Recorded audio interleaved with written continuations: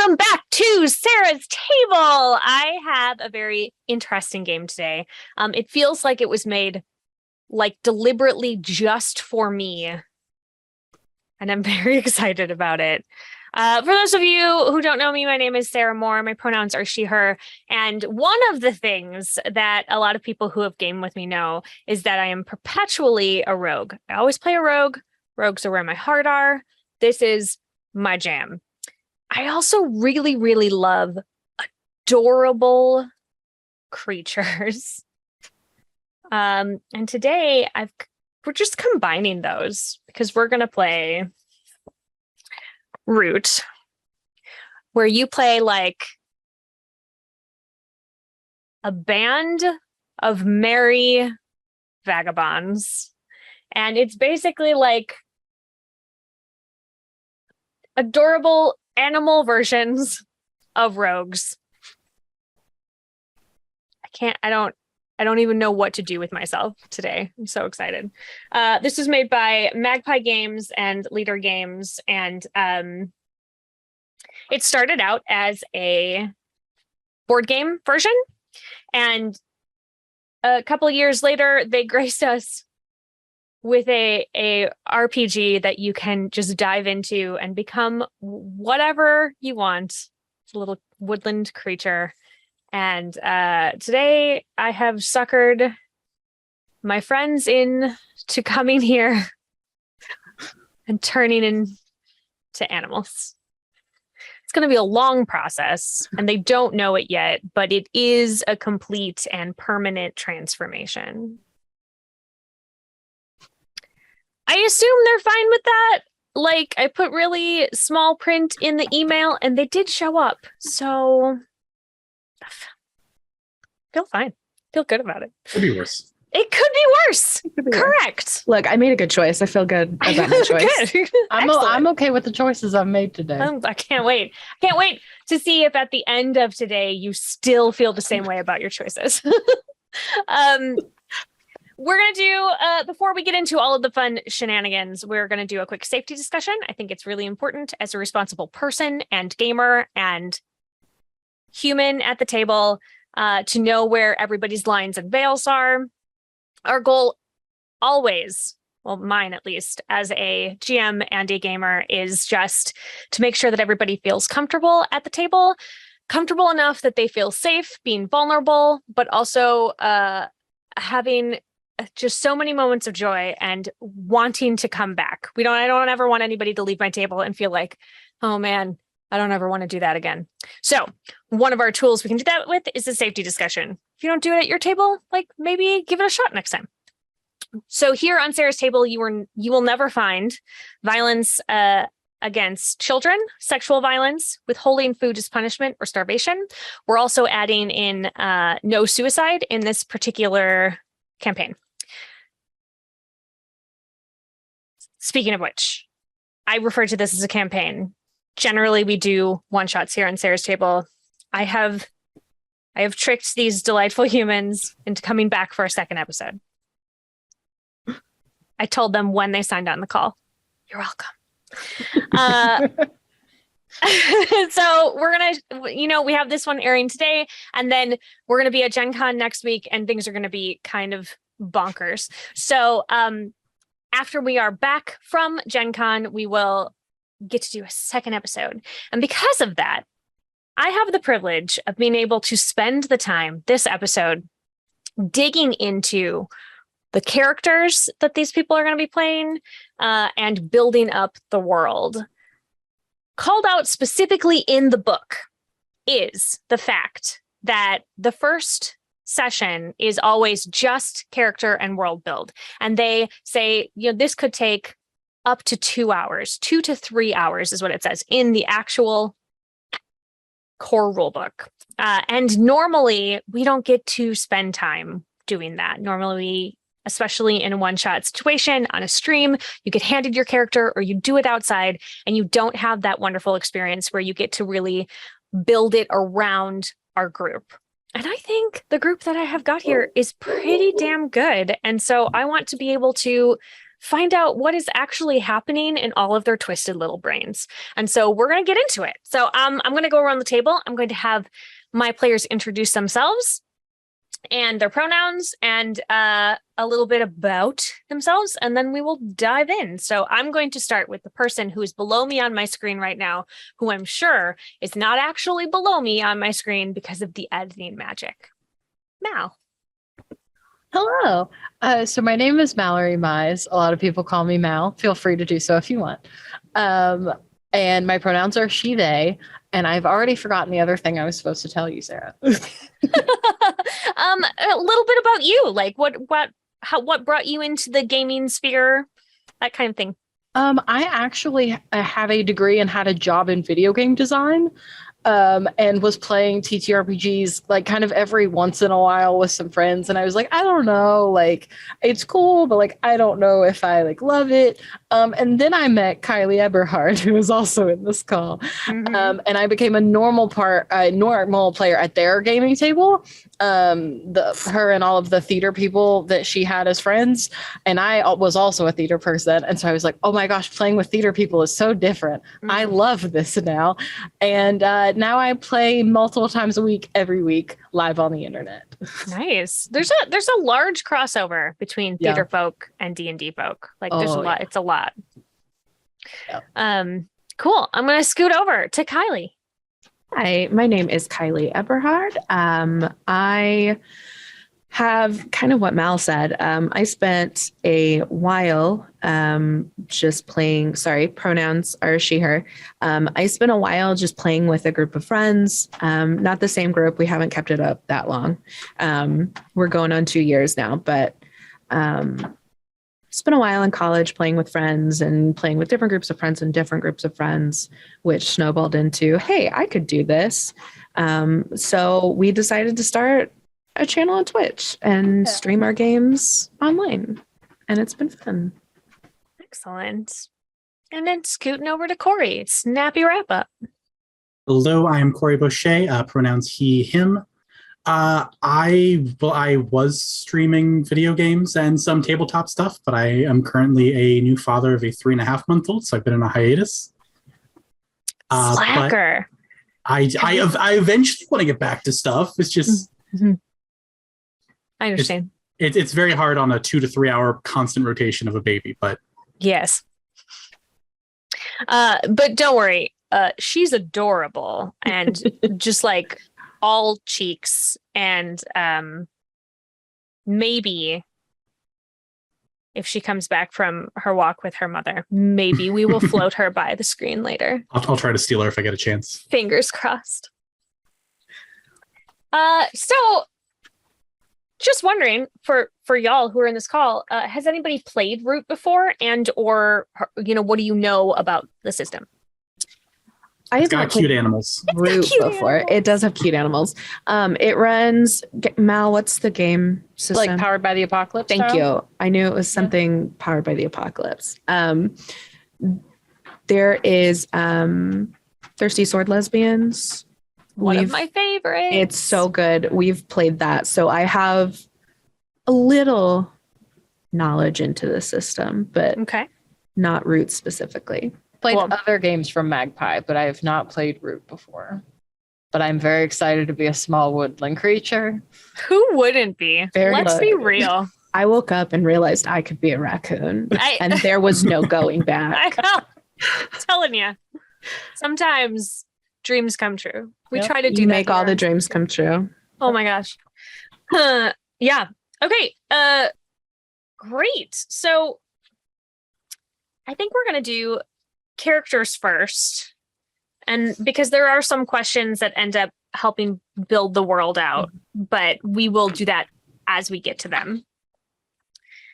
So the first thing we have to do is pick our playbook, and I know that that there was a few people who already called dibs on some playbooks.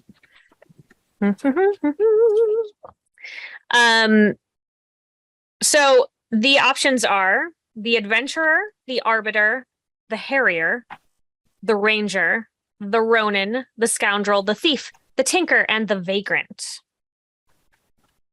This is important. Each player will pick their own playbook. There is no doubling up in the party.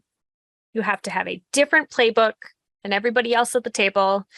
There are some RPGs where like you can totally have it can be like oops all rogues. You can do that, and D&D supports that sort of thing. A lot of other games do that as well, but this one specifically calls out has to all be different. Kiley and Mal, I feel like you already called dibs on a couple playbooks. Yes, I snagged the Thief. The Thief. I have taken the Scoundrel. Thief and the Scoundrel. Okay, so Corey, did anything stand out to you? Let's go, as I am not quite familiar with it, and they all kind of sound even in my brain. Let's go with Ronin. Ronin. Let's go over to the Ronin. Ba, ba, ba, ba, ba, ba. Just to make sure that this is what you are looking for. You are a skilled, willful vagabond, formerly a servant of a lord in a different land, now masterless. You came to the woodland to live as a free vagabond. Does that feel good to you? Yeah, that sounds good to me. Awesome. The art for him is amazing. It is a raccoon in full samurai armor. I can't. Raccoon buddies. I can't not love it. Oh my gosh. Okay. All right. Kiley, Mal, you have access to your playbooks that you are looking at? Yes. All right. So, Corey, you still need one, yeah? Or do you? Yes. Let me see if I can get access to one real quick. I feel like it's easy to find them on the internet. Am I correct? Yes. I found, I did the quick start guide. Yes. I nabbed it. I can also read things off to you should you need anything. I found the quick start guide, so I think I am good. I'm downloading it now. I believe in you. Let's tell folk where we can find the quick start guide. Did you just Google Root RPG quick start guide? I did. I found it on a Drive Through RPG, which has it for free. Free. That's where I got them. That is my favorite price. But this game is worth it. And so if you have the money to throw at Magpie, you should throw it. I fully intend to get a copy of this book. I also It's just got so pretty. I got the quick start guide for, is it Pelaniki Glade? And the other one as well. Why can I not remember the name of it? I don't know. Bertram's Cove. Yes. They have the quick start for all three of those up on Drive Through RPG. Thanks, Drive Through RPG. Today's episode not sponsored by Drive Through RPG, but I do name drop them quite a bit because they are a really great, useful resource for gamers. Okay, so we have our three archetypes. We have our three playbooks, and interestingly enough, the first thing that they call out for you to do is your name, which I find is usually the last thing for me, is I usually do my name last. Well, we're going to go in order of the book. And so that means I'm going to make you all name them now. What we got? I did have some time to put thought into it today. And I will not, I'll tell the truth. I did the name last. So I did my typical route, but I'm glad that I did what I did because I still feel good about it. Good. So my little raccoon thief, her name is Marigold Tanglethorn. Excellent name for a raccoon. I used a fairy name generator on Fantasy Name Generator and found combinations I liked. Excellent. That is my go-to for naming. I did my name first. I did do it before the stream started, but I did do the name first before I did anything else.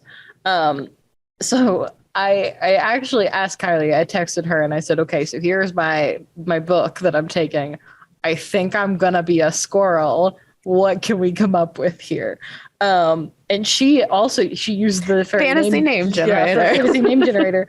And the name Pyro came up, and I was like, I specifically am being the scoundrel. I'm going to destroy everything. So I named her Briar, and then her nickname is Pyro, and her last name is Maple Fleck. Maple Fleck. Yes, Delightful. And she is a squirrel. she is a squirrel. Squirrel scoundrel. We love alliteration. You'd love it. All right, Corey. What's jumping out at you? I will say for the Ronin, I'm having a hard time finding that one specifically. But as for characters, the first thing that jumped to mind was an otter. Love it. I think we're going to go with Archibald Waterfur. Yes. Archibald Waterfur. And he's an otter. Can't find the Ronin in the quick start? I cannot. Womp womp. I have the basic ones, the Vagrant, the Tinkerer, the Thief, I don't think the Ronin's in the quick start. the Scoundrel, the Ranger, and the Arbiter. We withhold our Ronins. Listen, you can't have a raccoon samurai until you buy the whole game. Exactly. How about Arbiter? It's in there with How about an arbiter? which I have Looks right here good. if you would like me to read Oh, it. did you grab Bertram's Cove? No. Because I just found it in Bertram's Cove. Oh, it's a it must little be one of expansion Yes. situation. Yeah. There's a couple Ah. other ones in there. They're pretty cute. Oh, there's a squirrel. Squirrel. Oh. I like that the scoundrel is wearing a pumpkin on their face in the Yeah. book. And has taken the has holding the carcass of the pumpkin with a candle inside of it. Mhm. Pumpkin face. Pumpkin cat. Were you able to get the Ronin, friend, or are we shifting you? I am opening the file right now. Ba ba ba do. It is on page 27. Page numbers. Do do do do. See, we Ooh, all there's a learned pirate. something. There is an expansion to Root. And it also Well, has a quick start. Expansion quick start. Yes, Yes. yes. All right. Ronin, Otter page- Ronin. Found it. I have the Ronin. Yes. Got it. So proud of you. We did it. All right. So we've all picked our species. So this is a situation where we are all going to suspend our disbelief and say that our squirrel and our raccoon and our otter all roughly the same size, because this leans very heavily into fantasy. Think closer to like a Redwall situation or something like that, but where everybody's roughly people sized. Also, we're not going to get hung up on like, do birds have hands and how do we walk? And so like everybody is just like, we don't want to get too granular into it.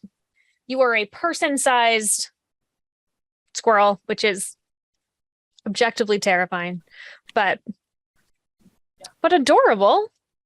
I think. Terrifying but amazing. Terrifying but amazing. All right. We're on our second page of character creation already. We're flying. Doing great. Flying. Okay. So, this is one of those things you don't have super special abilities that you would need to roll for. For example, squirrels are really great climbers. Otters are good swimmers. Raccoons are dope in the garbage. If it's something that your animal would be able to do, then you are able to do it. You don't have to necessarily make checks in order to do something like that. It's only when we are wanting to sort of dip into our moves. For those of you who have played Powered by the Apocalypse, there are moves that you can make when you are trying to deceive or interact or whatever, or fight. So if it's an innate quality, then you're good with it. All right, now you have a couple of details that we're going to look into. So on your individual playbooks, you have a thing called details. There are 3 bullet points, and you're going to circle at least one option from each of your line. I have the scoundrel open so I can chat with the audience while we are doing this. So one of the things for this is you're choosing your pronoun, he, she, they, or shifting. Because you can choose more than one, you'd circle any that apply. The second bullet point is suspicious, impoverished, flea-bitten, or scarred. And then we've got full face mask, mouse steel, spark lighter, overly large coat, sulfurous pouches. You sound like a very dangerous person. Yes. The first words out of my mouth when Sarah and Kylie and I talked about this morning and I picked that I want to be a squirrel, I said, I really want to make acorn bombs. Those were my first words. Yeah, it's true. He So, absolutely did. During character naming, it was give me a name for this arsonist squirrel. Yes, it was. What should I call my pyromaniac? Just wondering. I laughed so hard when one of the first suggestions, the first name was Pyro, and I was like, oh. I said, you don't need to look anymore. That's it. Never mind. Thank you, name generator. You get me. So I'm going to go around and tell me your details that you have come up with. I'm going to start with Corey. What are your details? Oh gosh, right off the bat. Oh no, I've targeted you. I am not seeing this information on the thing. You don't have it? I can give it to you. All right, go for it. Ronan, your details. So first of all, what are your pronouns? He, she, they, or shifting? For Archibald, we'll stick with he, him. Okay. You have the option to be militaristic, outlandish, simple, or colorful. Let's go militaristic. Your last detail is a lord's token, mark of esteem, a stringed instrument, or a board game. Ooh. This is a hard one. Let's go with the Lord's token. Lord's token. So this is your former lord from a different land that you have left. What is the token that you took with you? I believe the token is a very ornate dagger. Oh, Not necessarily like practical, more than it is. It's just very like dazzled. yeah. It's very ornate and designed. It's ceremonial in nature. It's not actually like a weapon. I mean, you probably hurt somebody with it if you tried hard enough. With enough force, I'm sure you could. Yeah, that's fair. But like, it's just like bejeweled. Yeah. Perfect. Master artisans worked on this. Go. Spent so much time on the hilt. So much. It's really slapped hard a blade on it. It's really hard to hold the hilt because It's just, beautiful. like, super it's like how I'm hurting myself. Maybe that's the point of it. To show you that there are consequences when you take a life. Exactly. It's a double-edged dagger. Mm-hmm. Only the other edge is just like rubies. Word. It's an art What about you, piece. Kylie? Oh, so good. All right. So for the thief, she is going to stay she, her. Okay. My choices for characteristics are worn, fidgety, inconspicuous, or flamboyant. And I decided to go with inconspicuous. Okay.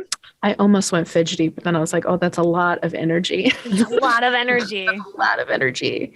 And then for her items or pieces of clothing, it has black cape, large bag, old broken weapon, and a stolen scarf, and I chose black cape. So she has a hooded billowing black cape that she wears. Excellent. Goes so well with her natural Oh, yeah. highlighter. It's perfect. Great. All right, Mal. And what about our scoundrel? So I'm gonna do she, they. I just find it easiest to stick with my own pronouns unless Absolutely. the character calls for otherwise. I went with scarred. Where is your scar? I want to say that it's like over her eye, like it's one of those that like cuts through like this sort of. Like, yeah, Yeah. Does it render your eye useless? No, I think it wasn't like that bad of a thing. I think it looks worse than it was, but when she tells the story, it was a horrific accident that she has absolutely overcome. And then I'm gonna go with a mouse steel spark lighter. I just feel like explosives are going to be her friend. Yeah, So that seems correct. Yeah. Cool. How did she actually get the scar? I think what actually happened was she like tripped and fell one day.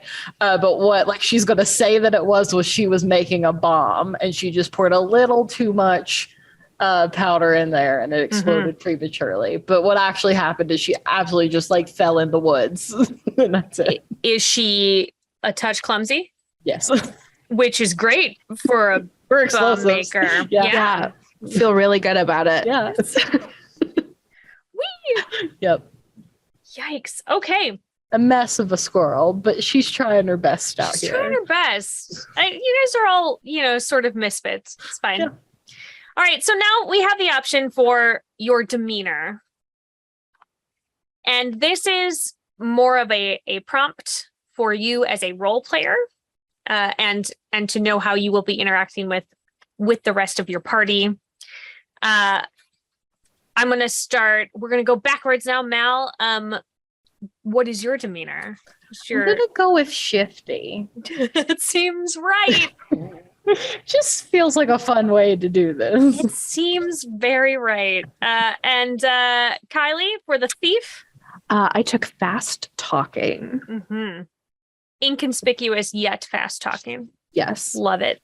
So that way, if she's not as inconspicuous as she usually is, she can try and talk her way out of it. Just motor mouse her way out. Yep. All right. And Corey, for the Ronin, your options are gruff, polite, direct, or dangerous. We're going to go direct. Direct. All right. Well, that's good because one of your party members is shifty and the other one wants to hide all the time. So it's probably good to have somebody who's willing to actually. Somebody's gotta lead the pack. All right. So the next thing that we're going to do is we're going to talk about some background questions. And it is not the next thing on your actual character sheet, but this is our next step in character creation. These are prompts that get you thinking about and filling in your character's past. So we have their very basic information, and now we're going to look at where they came from. So the first question is, where do you call home? And these are all the same for all of you. So we're able to just look at one of them and we can talk about it.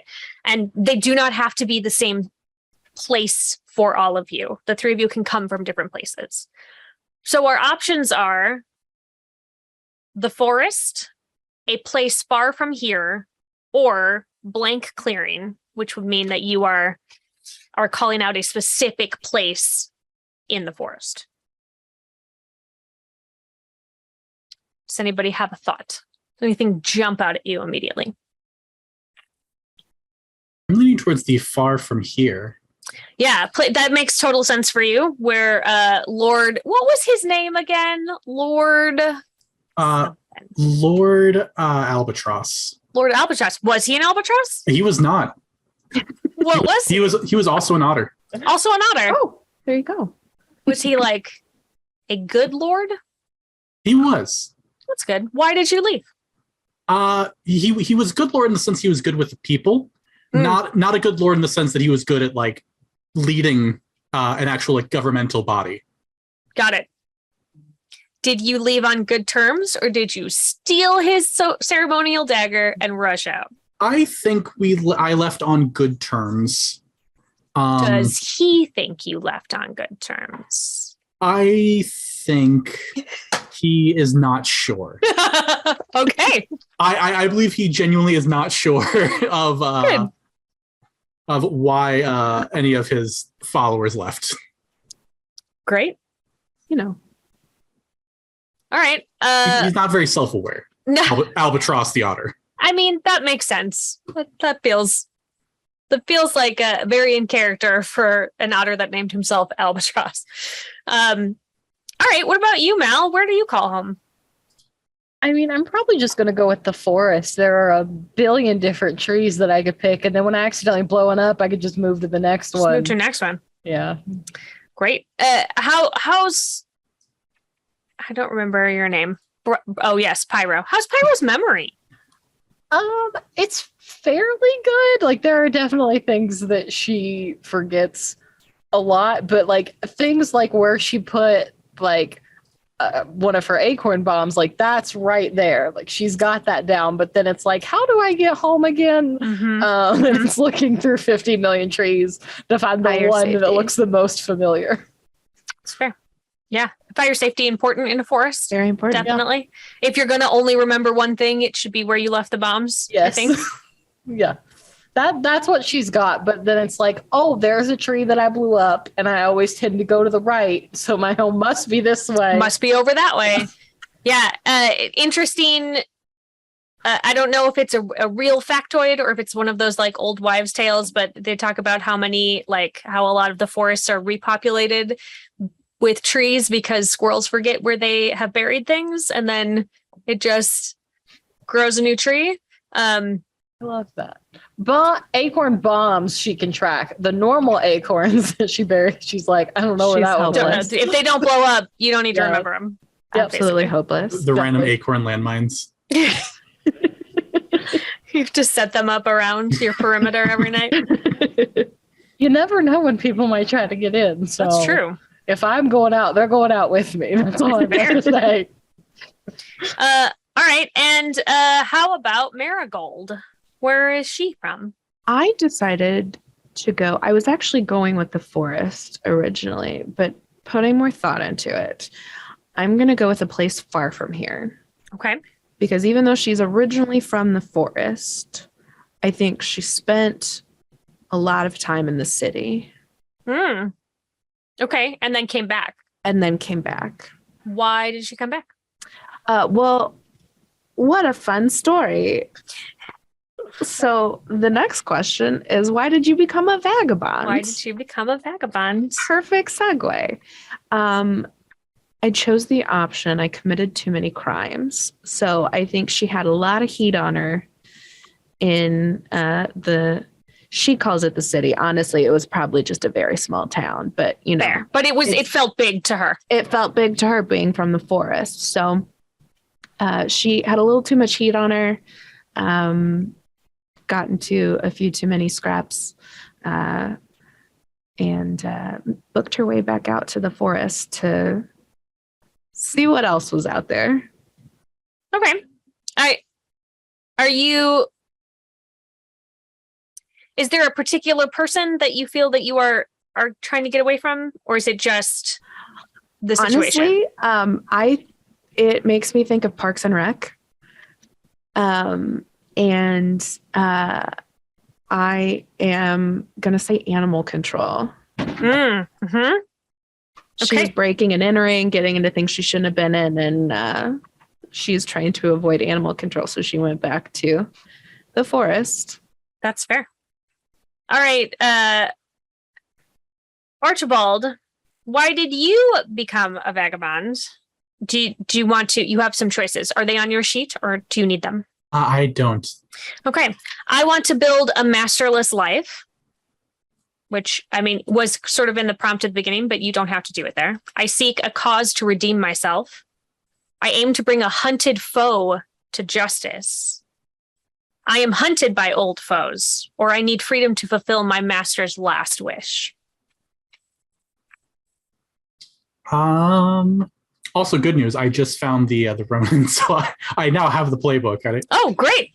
I for what it's worth, I got this directly from Magpie Games, who also has a free download. All right, what's up, Magpie Games? Helping us all out. I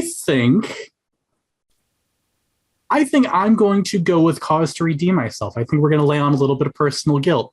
Yeah. All right. So was there an incident in your past that you feel like you just like didn't handle right? I feel that with my master being the bumbling fool that he was, and me being like his Ronin in a sense, I should have helped steer things better. I should have like been a better intermediary between the real life and him. And by the fact that everything has apparently fallen apart, yeah, it's a bit of personal shame there. That's fair. All right. Well, I hope that we can redeem you. Fingers crossed. All right. What about our scoundrel? Why are you a vagabond? I destroyed something valuable and ran. Yeah. Mm-hmm. Just feels very in the right. What did you destroy? I want to say that like she didn't fully destroy it, but like she destroyed a lot of it. And I want to say that it was like almost like this little campground area in the forest that like people, like nobody was there at the time, but there were a lot of like strange looking things to her that turned out to be like caravans and campers. And she was like looking around and being like, what's all this? And then all of a sudden an acorn bomb dropped and she was like, oh no. And it blew up one of them. And she just ran. Just blowing up cars. Yeah. She didn't mean to. It was an accident. But then she was sort of like, I shouldn't be around like people. That seems like a bad idea. It's time for me to not be here. Yeah, I'm just going to peace on out. See y'all later. Bye. All right. That's fair. The next prompt is different for each of you. So I'm going to start with Kiley. Going over here to our thief. Who did you leave behind? I said my partner in crime. Was it another raccoon? Yes. Was it only partner in crime, or was it also like life partner? I think it was her partner. What? So why did you leave them? I think she left them to take the heat because she's inconspicuous, but she's also the instigator. She would kind of map places out before they would bustle in there. And so she figured if she went, that the heat would kind of die down because she probably wasn't very good at picking places if they kept getting caught. So that's fair. All right. What was this raccoon's name? Her name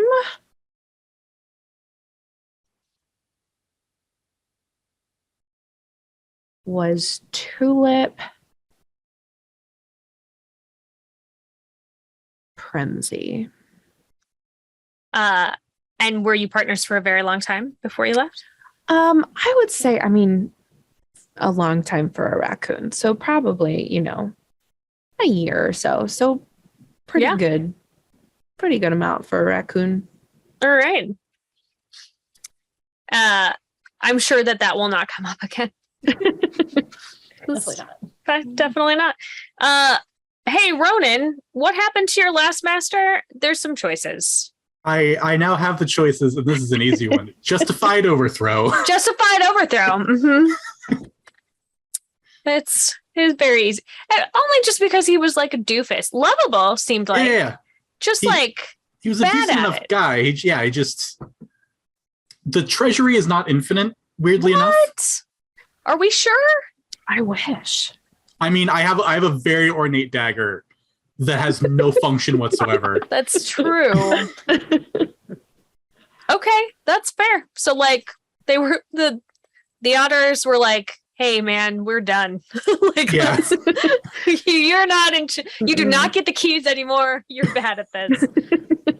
We really would like to get back to like farming and like, like basic, I was going to say human needs, but animal needs, Basic otter needs. Yes.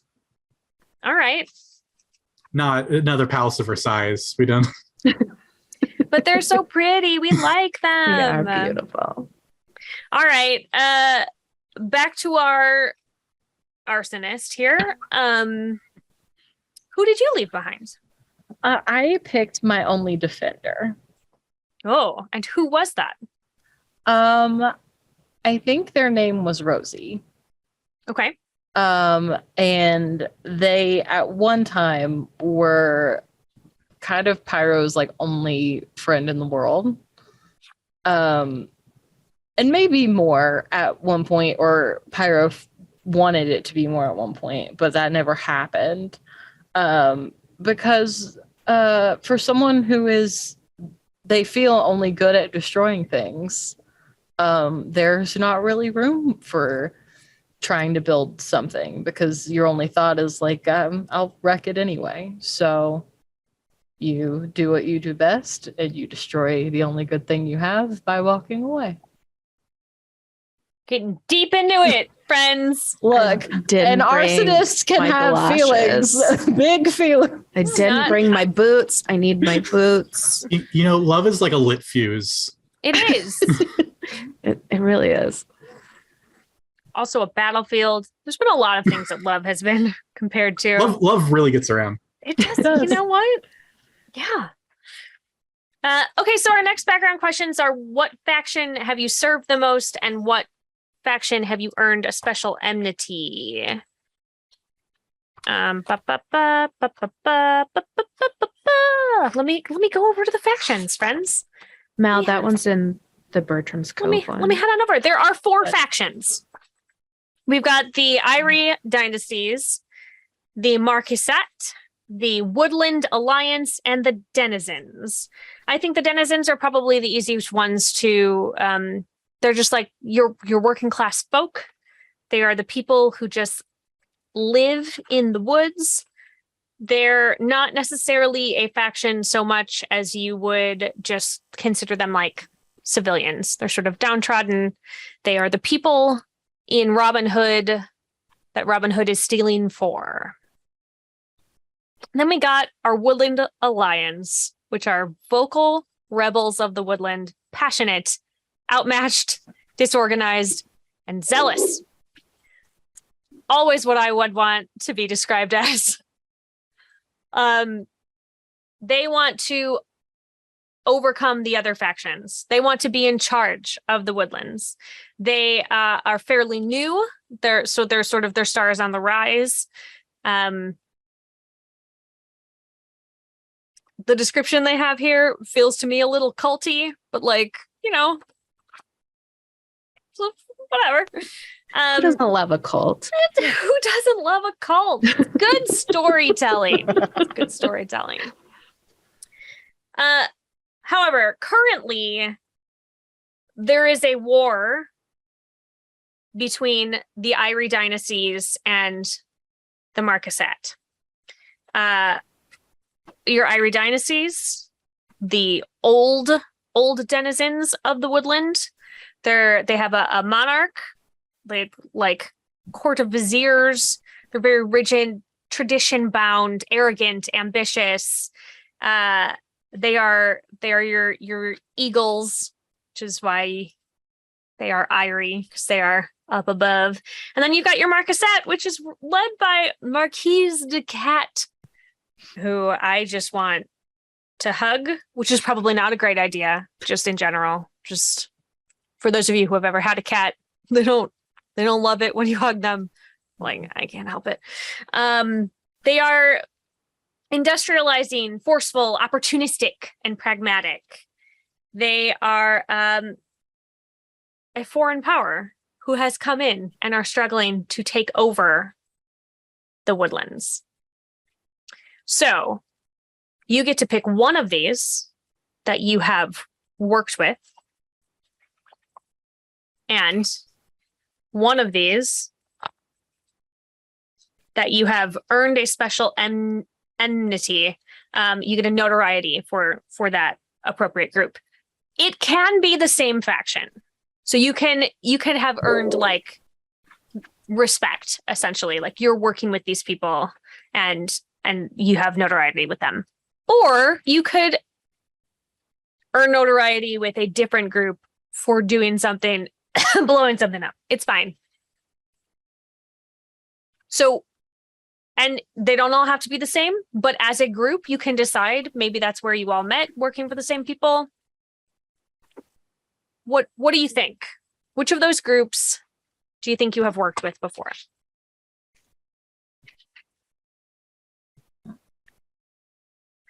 I'm asking the hard questions.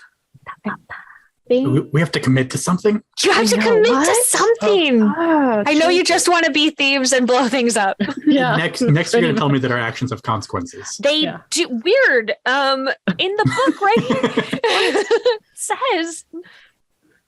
What do you think? I think Marigold started working for the Marquisette. Mm-hmm.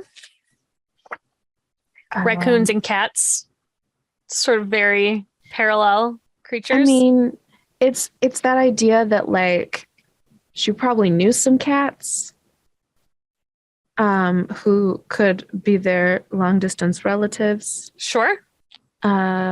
Distant cousins, you know? And since they're moving into a foreign territory, it's a territory she knows from when she was younger.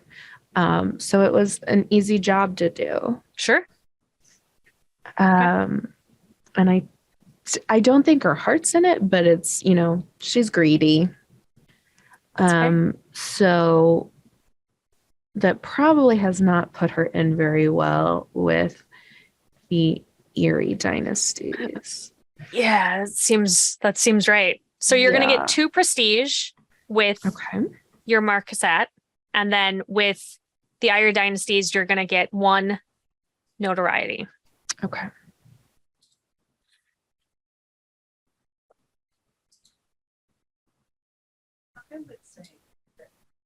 You're muted, babe. Probably. Oh, no. There it went. Yeah. Okay. Got you back. For a second. So I figure that Pyro has probably helped the denizens the most, of just being like, the other like working class animals in the forest. And she's always been like, hey, if you need something, let me know. Because, people that blow stuff up a lot don't make friends very easily. And so she's just like, I'll help. I'll do whatever. Hire just wants to be loved. Exactly. So she a couple of times was like helped with just like some small explosives to help get like bigger chunks of wood broken up and stuff like that. Small explosives. So she probably works with them the most. I would say the Erie dynasty probably doesn't like her very much, just even for the fact of like she's not really about like old ways of doing things, and she's like, look, I can solve anything with a bomb. I don't know about you all, but I can. That's fair. So you get 2 prestige with the denizens, and then 1 notoriety with the Erie dynasties. Ronan? I think I'm going to go with working with the denizens. I think as a sword for hire, I've helped out the more common people. Okay.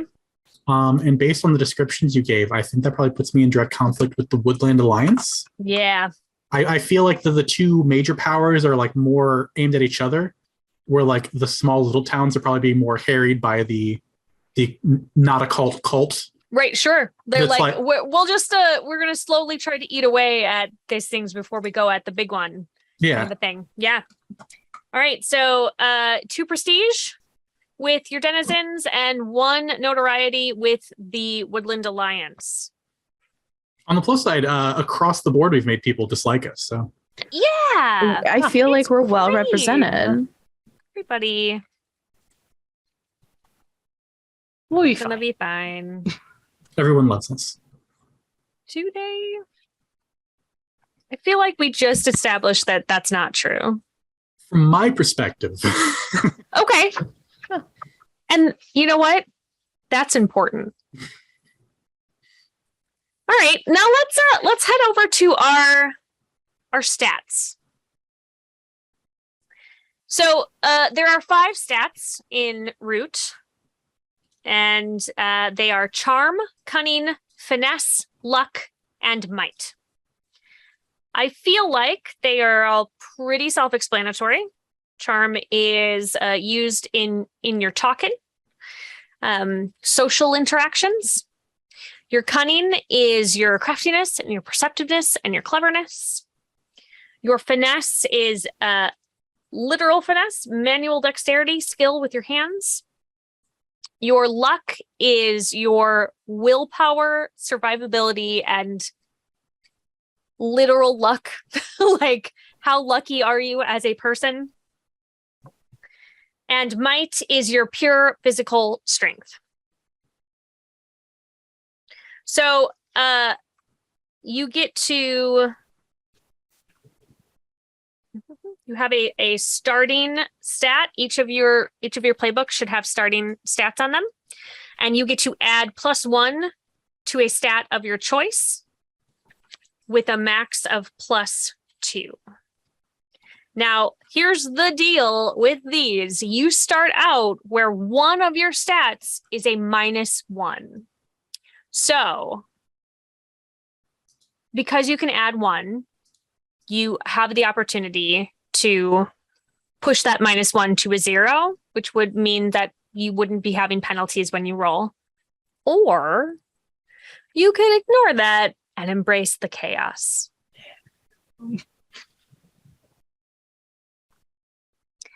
I will not judge you either way. I personally super love having a negative stat because I think it's really, I think failure is a really interesting point for roleplay, and that's my jam. I will have to say that I glanced, and Ronan's negative is to luck, and that doesn't feel great. I feel that goes with the story we're building for this character It so far, does. though. So I definitely think that one's staying. Thief, your -1 is to might. I kept it. Yeah. And Yeah. and scoundrel, yours is to cunning. I actually also kept it. Yeah. I always try to zero myself out in games like this, but I was like, you know what? Today is the day of making interesting choices. Let's do it. We So where all did woke you- up and chose chaos. Yeah. Chaos. Where did you add your bonuses, friends? I took mine in finesse. All right. So you were up to +1 and Yeah. oh, are you +2 in finesse or +1 in finesse? +1. Okay. I took mine in cunning, so I bumped that from a 0 to a +1. All right. Cunning is now +1. Ronan, I put mine in finesse, so that's a 0 to a +1. nice. All right. So everybody stayed with only one +2. And then you ended up with 2 +1s, a 0, and a -1. Mhm. Chaos. Ooh, my favorite. All right. So now we have things called your nature and your drives. There are 2 choices for your nature. These are mechanical things that happen, but it's because of a story thing from your past. So I have the Ronin open here. Your options for your nature are survivor or pilgrim. And both of them have to do with your exhaustion track. You're going to be clearing your exhaustion track when you try to flee or cover allies' flight from a dangerous or overwhelming situation if you are a survivor. Or you clear your exhaustion track when you find an expert in a skill you don't possess. If you take damage from fists in this game, it counts towards exhaustion, which I think is hilarious. Like, he punched me so hard, I got real tired. But having more things on your exhaustion track will cause penalties to your rolls and stuff. So you are always wanting to look for reasons to clear it. So are you a survivor or are you a pilgrim? I think we're a survivor. Is it just because you want to be able to sing the song? It might have a large influence on it. You know what? That's fine. We don't own the rights to that song. But I tell you what, everybody who's watching knows exactly what song I'm talking about. So just like pause a moment and sing it in your head or out loud. We just can't sing it out loud. You sing it out loud for us at home. Scoundrel. Or I don't feel like I need to ask you, but I'm going to ask you anyway. Did you choose combative or arsonist? I took arsonist. Surprising 0 people. Face. Yeah. Yeah. Great. Yeah. That means you can clear your exhaustion track when you use needlessly destructive or damaging methods to solve a problem. Yeah. It's just, I mean, that's new. The things that we have been building up for her, just not. No idea. You would never suspect that Pyro would want to do that at all. Yeah, truly. Yeah. All right. And our thief, are you a kleptomaniac or are you rebellious? I made her kleptomaniac. You clear your exhaustion track when you try to selfishly steal something valuable or important. You know, somebody in your party has a really shiny dagger. Yeah. I know. It's really nice. It's like really pretty. So pretty. Where do you keep your dagger, Ronan? Probably like on my belt on display. Just as it's a thing of pride. There. Right out in the open. Ooh. Oh, I can't wait. All right. All right, great. We've got our natures. What is your drive? You have 4 options for drives, and you get to pick 2 of them. Since everybody has them, I'm going to let you take a moment, look through it, and then tell me the 2 that you have chosen.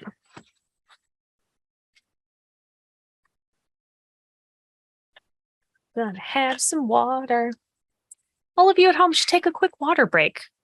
It's been very hot, and you should hydrate. I think I'm going to take chaos and thrills. I love it. What does chaos and thrills do? Tell me.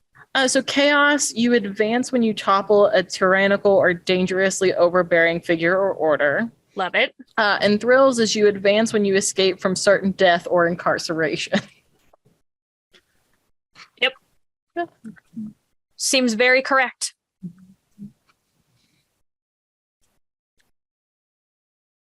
I think I'm going to go with greed and ambition. Okay. And tell me what they do. Greed, you advance when you secure a serious payday or treasure. Okay. And ambition, you advance whenever your reputation increases with a faction. Ooh, interesting. All right. What about our otter friend? We're going to go with Wanderlust. Advance when you finish a journey to a clearing. Okay. And I think for the second one, we're going to go with Principles. Interesting. Principles allow you to advance when you express or embody your moral principles at great cost to yourself or your allies. Great cost. It might cost you a very shiny dagger.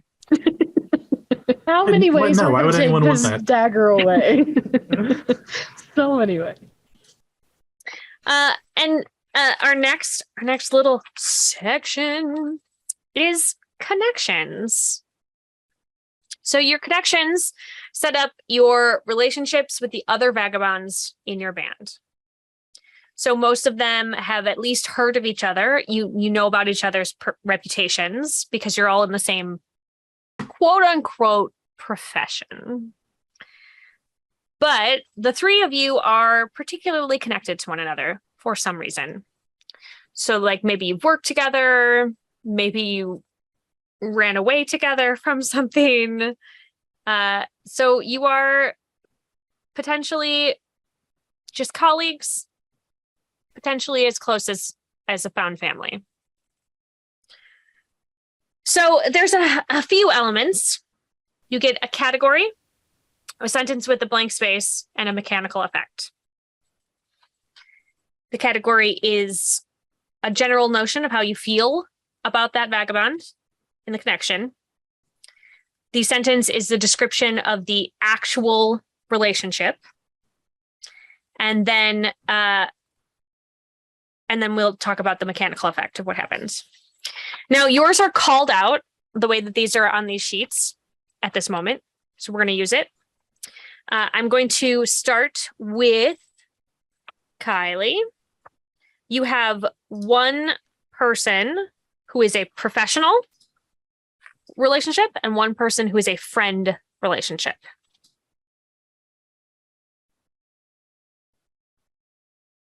So in this group, who is your friend and who is just like a coworker, essentially? I think that Archibald is her friend. Okay. The prompt on here says now, Archibald sprang to get me out of holding. Whether they bailed me out or rescued me, I owe them. Which one was it? Did he bail you out or did he like break you out? I have a feeling he bailed me out. Okay. I don't think he would have broken the rules to get me out. A lot of principles, that guy. He does have a lot of principles, which is why I think they're friends. Okay. Cool. And so that would mean that the squirrel is a professional contact. You stole something important, something needed or craved for Pyro, and you proved your worth to them. What did you steal? I have a feeling that I stole some of the powder they now use in their bombs. Because I think it's one of those situations where it was almost like, hey, did you know that this is a better explosive? And so she went and got it to prove a point. Awesome. Okay.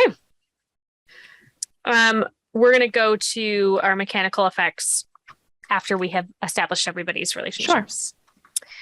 Sure. Okay, on to our shifty arsonist.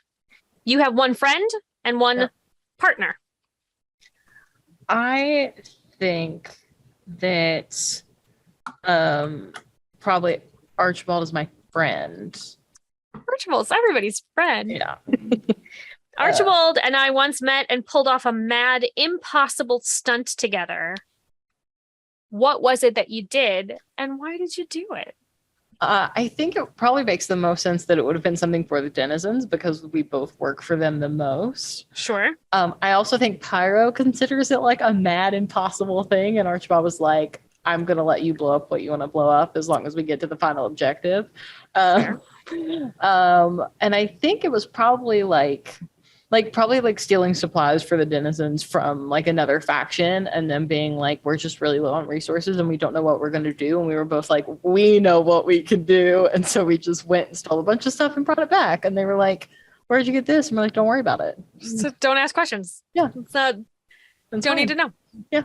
All right. So then your partner is Marigold. Yes. Marigold and I destroyed a faction's resource on behalf of an opposing faction. I think this was like an enemy of my enemy is my friend situation because the Irie dynasty doesn't like either one of us. That's so we true. were like, look, let's just team up, blow up some of their very important like things that they need to be able to do what they want to do. Who really cares what it is at this point? But if it seems important, let's just blow it up. And we'll just both be on our merry ways about it. But so that way I'm helping my people. It sounds like helping Pyro didn't know what it was that she was blowing up. No, it was more like Marigold pointed to something and went, that's important. And Pyro was like, sure it is. And planted a bomb and left. Great. Okay. And who did they think who were you blowing it up in on behalf of? I figure I was trying to help my people and she was trying to help hers, and we weren't really like. So it didn't matter. Yeah, we were like, this is the name of somebody. We were more just like, as long as it's not blamed on us, who cares? Great. Good. It's sabotage, you know? No, that makes sense. Just some good old fashioned sabotage on a Tuesday. No big deal. All right. So Ronan, you've got partner and watcher. I put for partner, I'm going to go with Marigold. Marigold and I worked together on my first real task of significance in the woodland, deposing a dangerous authority figure of a faction. Ooh, who did you depose and why did they need deposing? I think for Marigold, just to clarify for me, you initially had a minus with the dynasty, right? Yes. I think as the wording is when I first got here, I think there was probably an old mayor or burgermeister or something that was really clamping down on the people, and Marigold and I liberated the town. We were stealing all of their toys, like the Rankin Exactly. and Bass Burgermeister Meisterburger. Yeah. Yes. Terrible. That guy. I mean, it feels like the correct thing to do was to depose him. I support you both. So I think that would be on behalf of just the denizens against the dynasty. Great. And so you have chosen Watcher for your relationship with Pyro. I see in Pyro many reminders of my old master, which is alarming. That's a problem. Yeah. I am drawn to them even as I watch them carefully. What is it that reminds me of my old master, and how do they feel about my watchful eyes? I want you to know that when I was trying to decide who to put where, Watcher was the one I decided first. I think with I'll take it. I think with Pyro, it's the well-meaningness of the actions that aren't always thought through. Okay. And I think that is what I vibe with, and I see in my master. Lots of like, I think this is a good idea. Be like, is it? I know you mean well by it. Is it though? Like, it doesn't come from a place of maliciousness, but But I think you're doing it wrong. But good, in a good way. I think. All right. Yeah. Well, mechanically, my dears. So we have partner.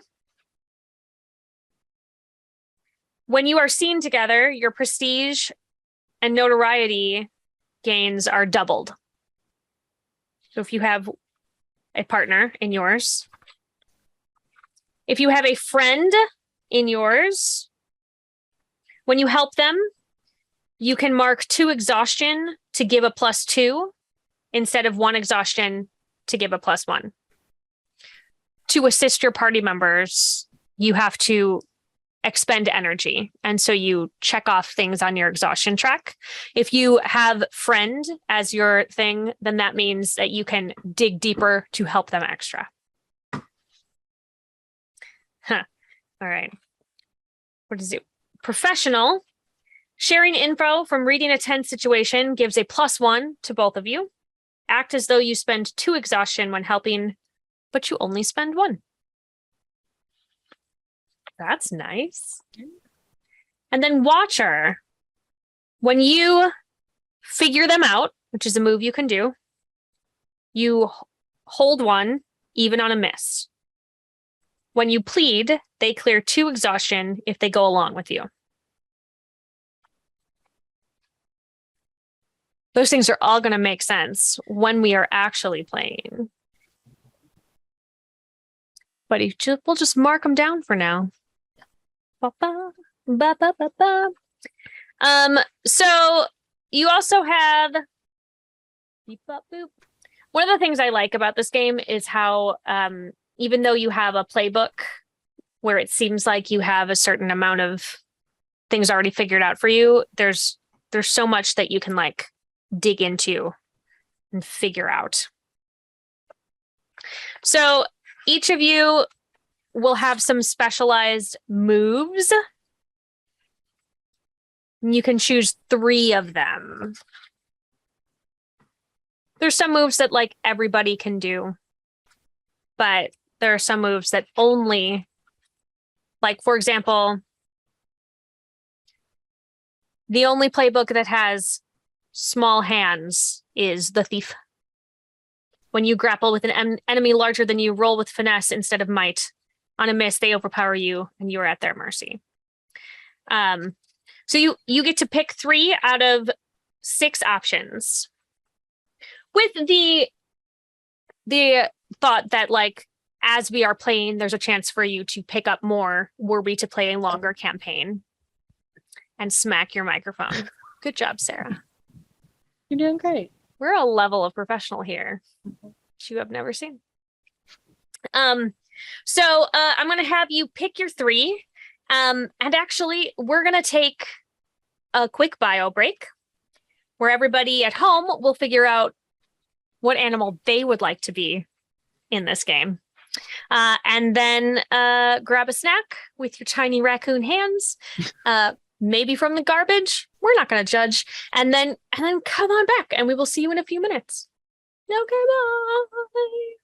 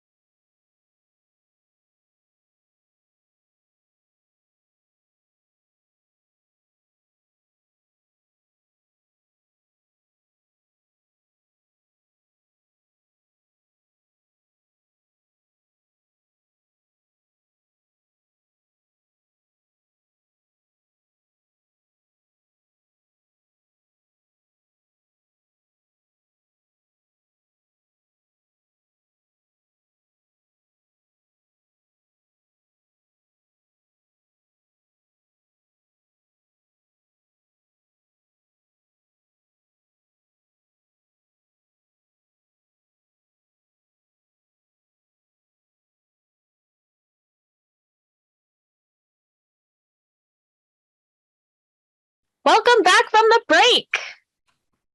I talked about how old I was. It was great. Feel good about it. We're going to dive right back in because we need our plucky band of heroes. I choose to believe that they are heroes still. I don't have any evidence yet that tells me they are not. Yet is the important word here. But you get to pick some of your roguish moves. And so you get 3. Have you all thought about what you would like to have as your 3? My thief says choose 4 feats to start. Not in my book. Okay. I have choose 3 in each of mine. So I'm gonna Mine be says mean. choose 4 feats. I will. I'm gonna be mean and say you can only choose 3. Oh no. Pick the one you like the least. Yeah. Well, look, it was hard picking 4? 4. You wanted all of them? I mean, they're all pretty cool. I understand.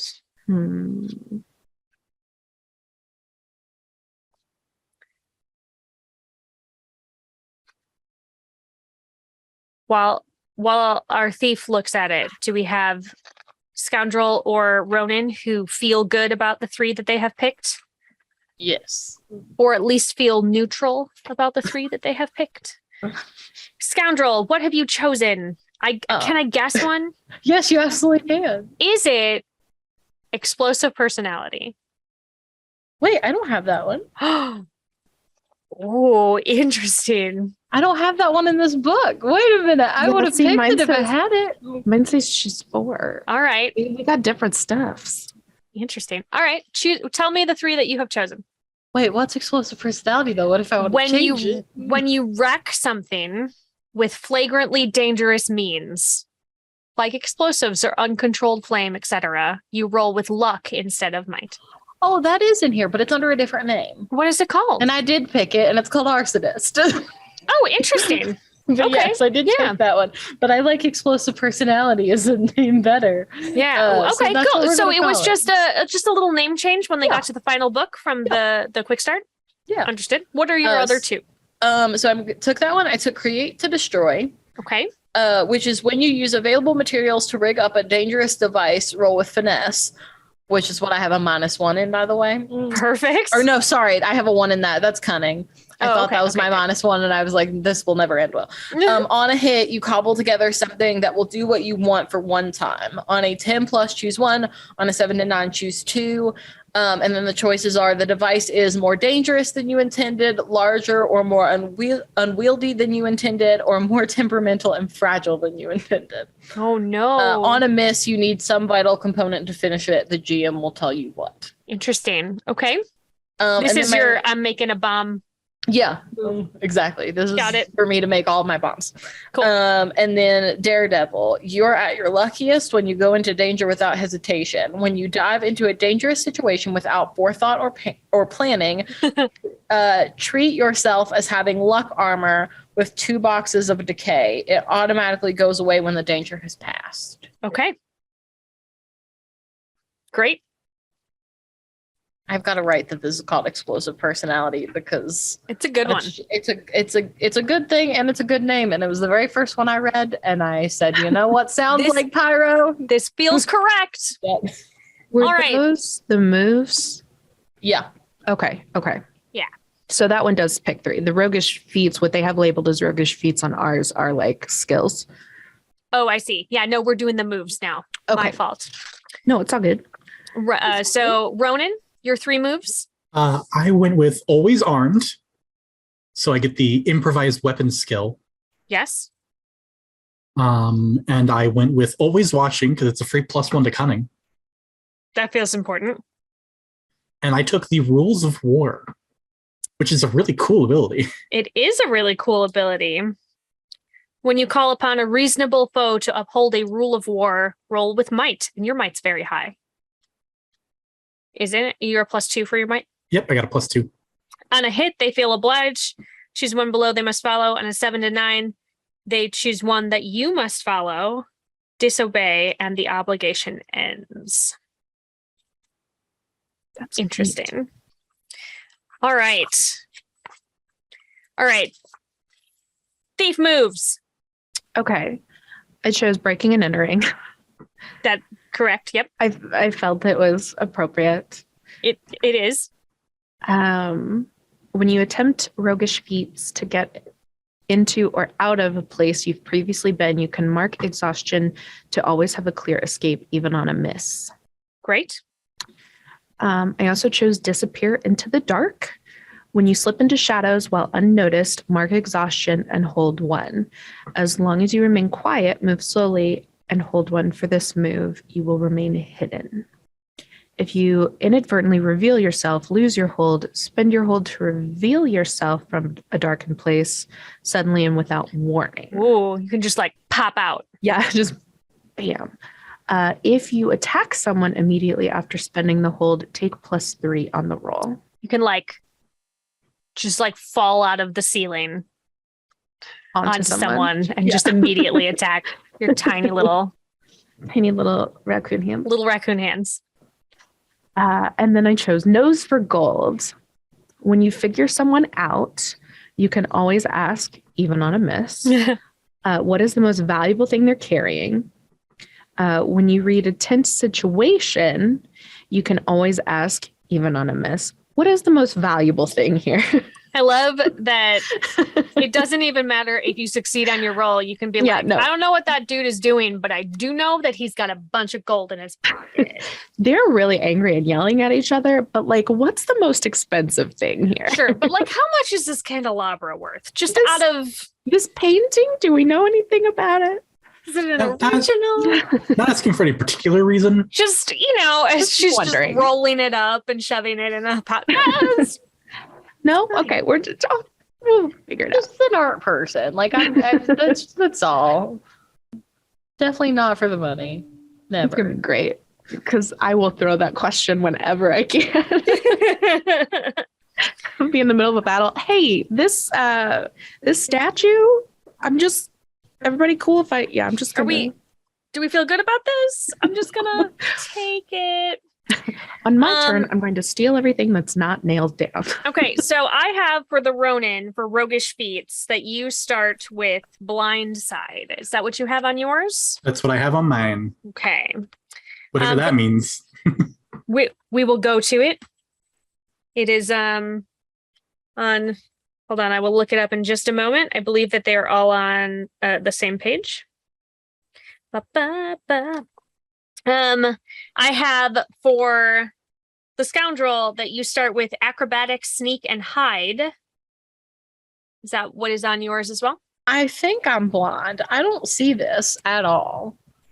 I know what you're looking at. Okay, so It says roguish feats down. it's right next to drives to the right. And then you have to scroll down to the pages that explain them. Yeah, we will get to that. What I did just you wanted say you they to- were again? Mark down, you have acrobatics, sneak, and hide. Cool. And then for our thief, you get to choose any 4 roguish feats to start. I chose pickpocket, Yep. sneak, pick lock, and sleight of hand. Perfect. I don't know what page it is on in the quick start guide, but in the main book, it is on page 69. Nice. It is on page 4 of the quick start on mine. Less nice. We'll come back to it though. I will make sure that you all know how that works since we are not diving into gameplay today. We'll just make sure that we are all aware of what's happening here. All right. Ba-ba-ba-ba-ba-ba. Weapon skills. That's next. It's not a song, but maybe it should be. I think it'd be a great song. Yeah. I agree. Agreed. Put that out there. I just feel like, all right, so I'm looking at your stuff. We get to choose one whippin. There's no whips. One weapon skill to start. So you each have 4 options.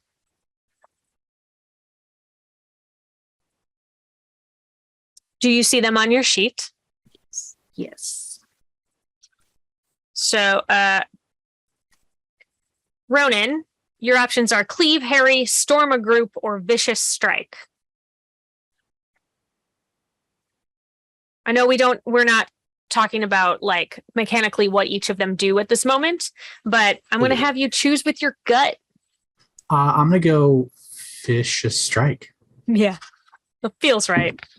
I feel like with the other one, we kind of took like a dueling ability. So like, I think we're going to hone in on that. You're just punching people. Yeah.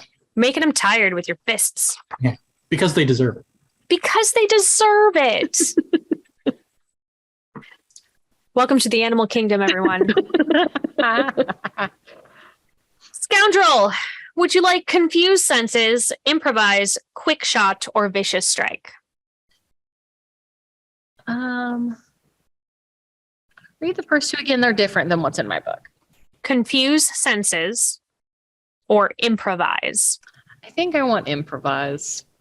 Yeah, that feels right. Yeah. That feels right. And Thief, Confuse Senses, Improvise, Parry, or Trick Shot? I'm going to go with Confused Senses. Yeah. Because you are trying to always be hidden. Pocket sand. Pocket sand. Yes. Maybe it's glitter. That stuff never goes away. Doesn't.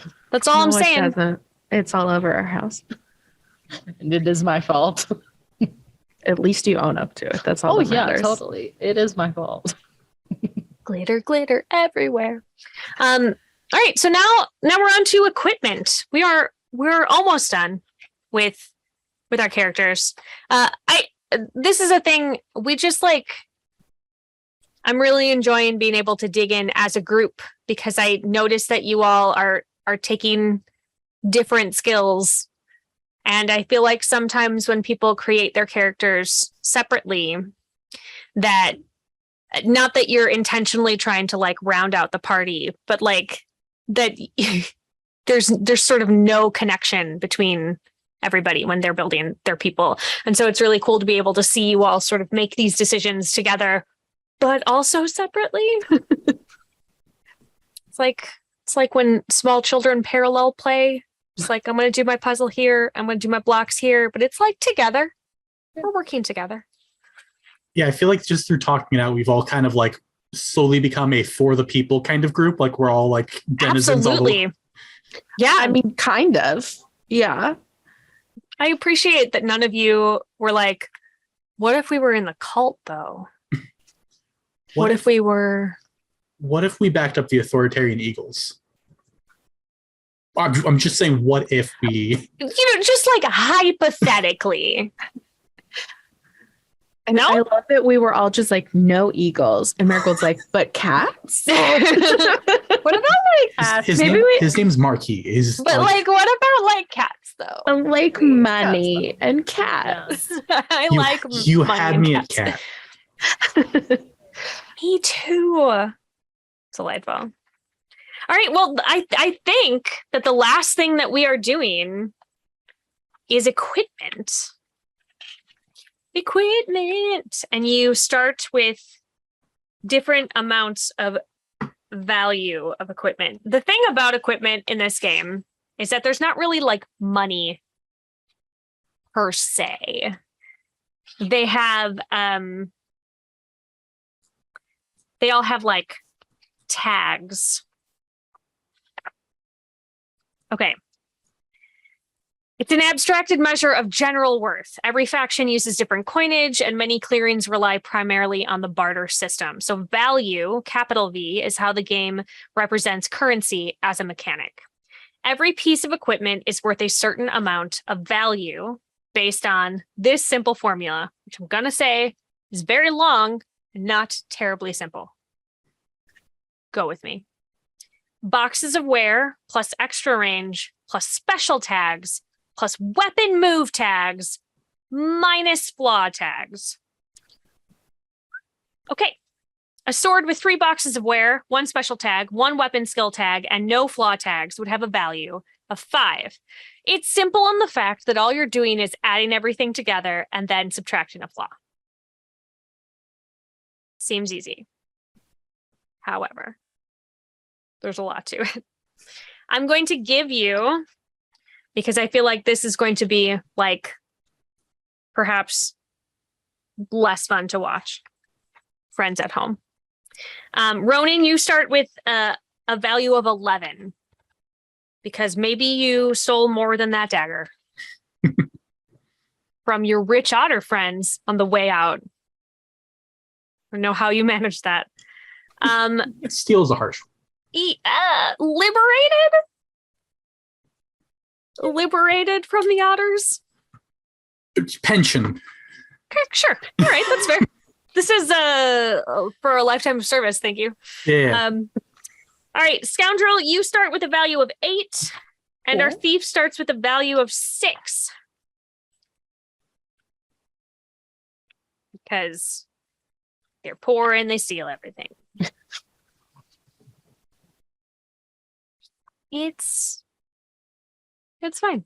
We're gonna come back to and chat that out between sessions so that we know what you have, and then we'll start next session with introducing the cool weapon, the maybe cool partially broken weapon that you have. Okay. But before we wrap up for the evening,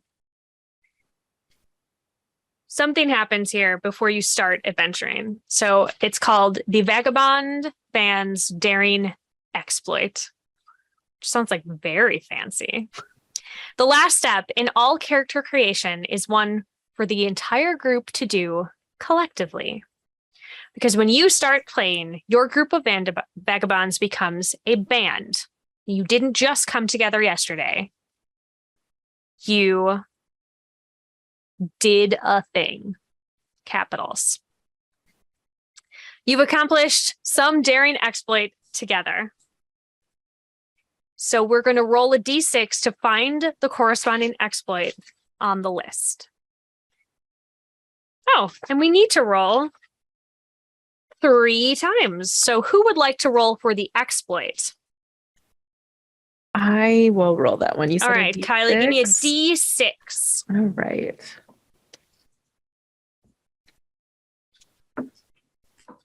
It is a 3. A 3. Oh, okay. As a group, you changed the ownership of a clearing. You change which faction is in control of the clearing or remove all faction control and return it to the denizens. So every vagabond in the group will mark 3 prestige with the faction now in control and 3 notoriety with the faction removed from control. And this is how we will determine which faction you took it from. Corey, roll a d6 for me. We got a 3. A 3 is your second faction. It's the one that you have notoriety with. Who is it? I feel like it's the Woodland. The Woodland Alliance is the one I have notoriety with already. Okay, so that is who originally was in control of this clearing. Mal, please roll a d6 and see who you gave it to when you liberated, or who took over. Not necessarily that you gave it to them. Yeah, 2. Okay, what? Could be okay. Who's your first faction? The one that I am... The one that you're in good with, that you've been helping? The denizens. Okay, so you gave it to the denizens. Okay, you cleared out the cult. Yeah. And you gave it back to the denizens. Feel good about that. Feel good. Now, all of you as a group, explain to me how and why you change the ownership of the clearing.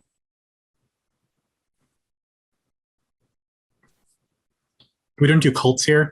So that's what I was gonna say. Unless we start them. But Cults like, feel like I mean, is that a thing that you have in the workings? Like, there's a chance that you... I don't have anything in the works yet, but I mean, we're still early on in the...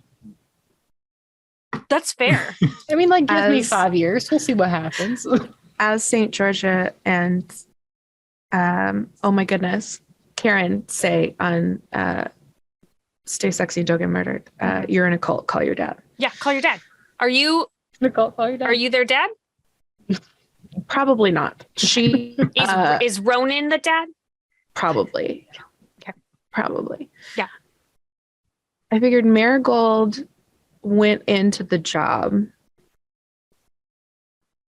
knowing that she had to get rid of the Woodland Alliance. Mm. I have a feeling she has a problem like finishing a full job. She kind of gets to the point where she's like, okay, this is what I'm supposed to do, and then doesn't pay attention to the other details. Sure.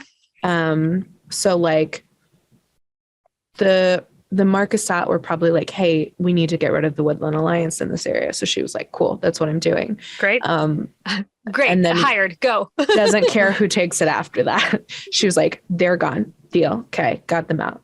Cool. Yep. Interesting. Okay.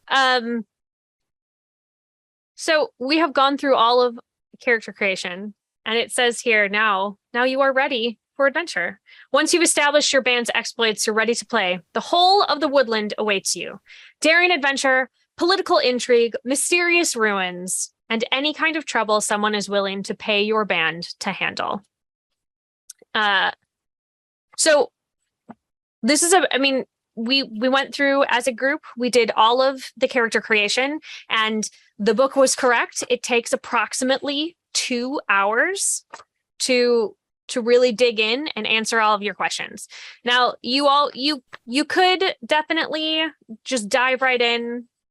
You could just like grab a couple of pre-made characters, and I'm sure that you would have just as much fun. But there's something about, as a group, figuring out our little merry band of weirdos that are going to go out and start causing trouble in the woods. And I can't wait. I already have several ideas, and definitely the people you left behind are probably not going to come up at all. No. I'm sure. And everything's going to be really, really smooth sailing and simple. And like, it's probably going to be like, that episode of 24 where he just like took a nap, and it was just a rest for the whole episode. Probably. Yeah.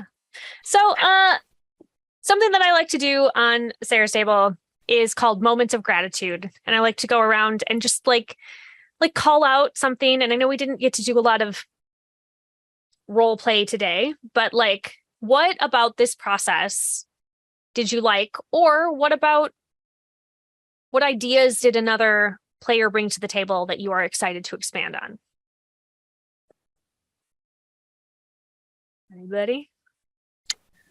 I am excited to see how Marigold and Archibald's friendship works. Because I think they came into this friendship on completely different ends. Mm-hmm. But they obviously seem to make it work. So I'm excited to see how that unfolds. You guys are both weird little dudes, like, but I can see it. I mean, we all have a friend that everybody's like, wait, how are you friends with that How person? do you know them? How do you know them? Mm-hmm. I feel like maybe Archibald is that for a lot of people. How did you guys meet again? Somebody so incredibly principled is just like hanging out with a bunch of thieves. Like, Yeah. Overthrowing regime. Yeah. No. I really think that might be my favorite part of what I like am anticipating to come is seeing Archibald try to handle Pyro and Marigold, who are two people who just like are like, okay, I've got this, steal things, blow it up. Great. Just and like chaos Archibald's goblins. Like, maybe just not. Like... Yeah, I'm really excited. about picking your battles. You know, it's Sure, it's So Pyro wants to pick every battle. She's like, I could win all of them. I want all the battles. I could have all the battles. That'd be great. What about you, Corey? I think, and you kind of mentioned this earlier about the joy of actually getting like do the character creation. It's been really fun. Just hearing other people's ideas and how everything slowly kind of starts coming together. Starting with like, I don't know anything about the game when we started, but like how now we all have kind of at least like a cohesive idea of this group that we've created over these past couple hours. And yeah, I don't know how we really ran with the cult idea, and like it's not specifically called out in the book that they are a cult. It just is sort of culty language, and everybody just sort of like latched onto that, and I think that's fun. This is this is what makes our game of Root, unique from other people's experience. There's a specific note in the text that's like, yeah, there's a war happening, but if that's not the story that you want to tell, it can be after it's over. You can take these concepts of these people, creatures, animals, folk, people, and you can find what works for all of you. And with that in mind, is there anything from your characters that you would love to have come into play? I think the decision I'm making right now with Archibald, and this is being recorded, so it is. I have to live with it now. You do. Continuity. I think he's a little more self-important than he actually is. Okay. Like, I don't expect a lot of people have heard of the Lord that I used to serve. And as such, I probably present the whole situation as much more lofty and esteemed than it probably really was. Oh, okay. Fair. So if you were to meet somebody who actually knew what was going on over there, that would be a problem. Yeah. Mm-hmm. Probably be able to call him out on his lofty BS. Immediately. Like, yeah. I've been there. It is literally underwater and on fire somehow. I don't know how, and yet.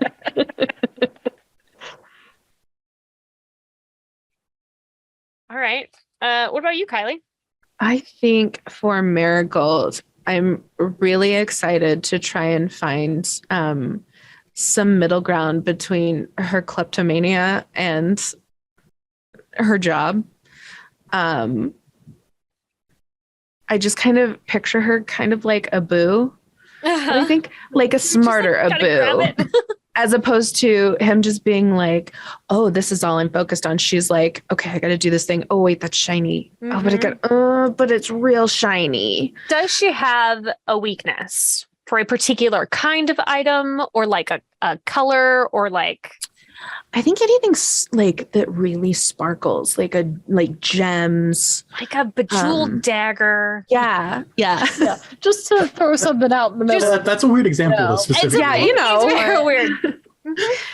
No, like I think that would be perfect in her eyes. It's just a very ornate bejeweled dagger. Could be really good for her. One. She'll be on the lookout. Yeah. Maybe one just pops up in the story somewhere. Who knows? You never know. All right, and let's find out what are Pyro's. What we got there? The first thing that popped in my head that I thought would be fun, in some capacity, although I don't really know where this goes yet, would be how Pyro got to be Pyro in the first place. Like nobody starts off as an arsonist. It's not really what people are born into or anything. So like, how did Pyro get the name Pyro in the first place? What is Pyro's origin story? Yeah. Your villain arc. I don't know that she's a villain. I don't know that yet. You don't know that she's not. I don't know that she's not. You are She's correct. very much in a gray area at this point. Like there is no black or white to Pyro. I mean, there was a chance that her hat was once white, but now it is covered in ash. So we'll find out. Yeah. All right. Let's go around the circle and tell everybody where we can be found on the internet, and tell everybody what we have coming up. Here's your chance to plug some stuff. Let's start with Corey. Easiest place to find me is going to be Twitter, which is Corey_Boschet, because it's French in spelling. It's Boschet. You can also find me on Twitch. All these things are linked on my Twitter, and I don't know exactly when I'll be getting back to Twitch. So that's the best place to find me. Great. Corey and I used to play in a streamed D&D game where I was the rogue, and he got very mad at me because I beat the big boss by putting them to sleep. Sleep strong. So very angry at me. I was just like, and he went to sleep, and he was like, "You ruined the end of the campaign. How dare you?" We have fun. Kylie, where can we find you? Hi, I'm Kiley Eberhard. You can find me just about anywhere on the internet at Viking_mermaid. On my Twitter, I have my link tree, so all my socials are there. You can see me most often streaming on our co-founded channel, Homebrews and Homebodies. Right now on Thursdays, we are running a Lord of the Rings One Ring game called Shadow's Reach that I'm excited. I get to play a high elf of Rivendell in that campaign, so it's pretty great. Nice. Kylie and I met on a really ridiculous overnight shoot. I was already too old to be shooting overnight. I was too old to be shooting overnight. We're all too old to do them. It was a thing. It was a good time, though. I ate a lot of Tootsie Pops during it. You did. I drank a lot of watered down apple juice. Yeah, it was all gross. It was a problem. But I met you. Yeah. And I played like a crazy fundamentalist Christian. It was great. Which is very funny for anyone who knows who I am as a person. It was a good time. Hi. Yeah. All right. And Mal, where can we find you? Hello. So my full name is Mallorie Mize. A lot of people call me Mal, and on the internet, a lot of people call me Moxie Blue, which is the handle that you can use on any website to find me. I am the other half of Homebrews and Homebodies. So Kylie and I play together on that Thursday show every week. We also have a game running on Mondays. We're sort of at the end of one game and going into another. But this particular weekend, since I know what day this airs, at the same time that this is premiering, I am on a show called Hazards and Hijinks, which is a show where the DM gets no prep whatsoever. You take live audience suggestion and you run with it from there.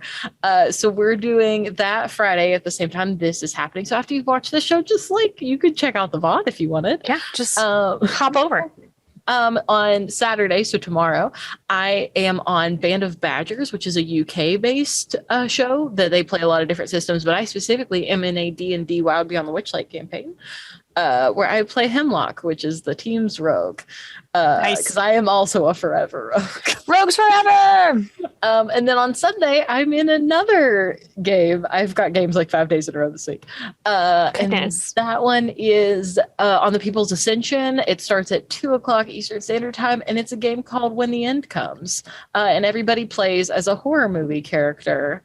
And you have to survive as long as you can. And then once you die, you become a ghost and try to help the living ones escape. Ghostesses! Yeah, so it ought to be a lot of fun. And the one on Saturday, because I also played a game with the People's Ascension right now. Jack is wonderful, and he is doing a reproductive rights all through the month of July. So for those games, the donations are being split between two charities who help with reproductive rights and health, and who also help with access to safe and legal treatment, medical treatment. Yeah, my game with Jack on Sunday and my game with Hazards and Hijinks are both charity streams. So amazing. go check all of them out. Follow all of these people on the internet, and then go watch everything that they do. And I know Corey's not streaming right now, but he is posting adorable pictures of his baby, maybe because his baby is adorable. And if he doesn't show me more of the baby, then I am going to citizens arrest him. Yeah.